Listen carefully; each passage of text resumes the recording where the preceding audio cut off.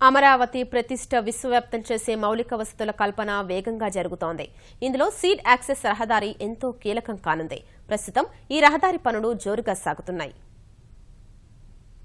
రాష్ట్ర రాజధాని అమరావతిలో నిర్మితమవుతున్న తొలి మౌలిక సదుపాయం సీడ్ యాక్సెస్ రహదారి.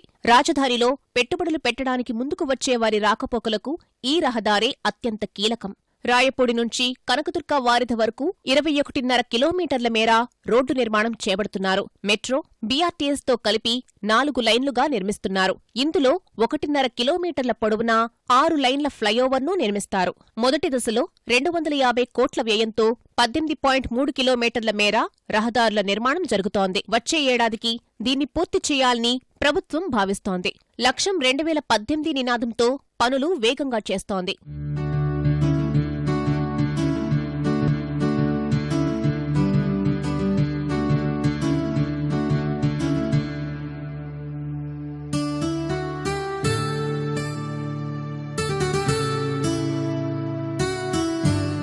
సీడ్ యాక్సెస్ రహదారితో పాటే అమరావతికి సమీపంలోనే ఉన్న విజయవాడ, గుంటూరు, తెనాలిని అనుసంధానం చేస్తూ రోడ్లు విస్తరిస్తారు. అవసరమైన చోట్ల కొత్త రోడ్లు నిర్మిస్తారు. హైస్పీడ్ సర్క్యూట్ రైల్వే లైన్ నిర్మించాలన్న ప్రతిపాదన ఉంది. ఈ ప్రాంతాల మధ్య సరుకుల రవాణా, పౌరుల ప్రయాణ వ్యవస్థ మెరుగుపరుస్తారు. నెలవారీ తీసుకునే ఒకే పాస్ పైన రైలు, బస్సు వంటి ప్రయాణ సాధనాలలో ప్రయాణించే విధంగా ప్రణాళికలు సిద్ధం చేశారు. ఈ మొత్తం రవాణా వ్యవస్థకు సంబంధించి జపాన్కు చెందిన ఓ బృందం అధ్యయనం చేస్తోంది. తొలుత రహదారుల నిర్మాణం జరిగిపోతుంటే మిగిలిన ప్రాజెక్టులు వరుసగా మొదలుపెట్టి అమరావతికి ఒక రూపాన్ని తీసుకురావాలని సర్కారు యోచిస్తోంది. తొలి దశ కింద రాజధానిలో నిర్మించనున్న 7 రహదారుల్లో 4 వరుసల రహదారులు, 5, 6 వరుసల రహదారులు 2ఉన్నాయి. సీఎం నిత్యం సచివాలయానికి వెళ్లి వచ్చే తాళ్లాయపాలెం, వెంకటపాలెం, మందడంలో రహదారి పనులు వేగంగా సాగుతున్నాయి.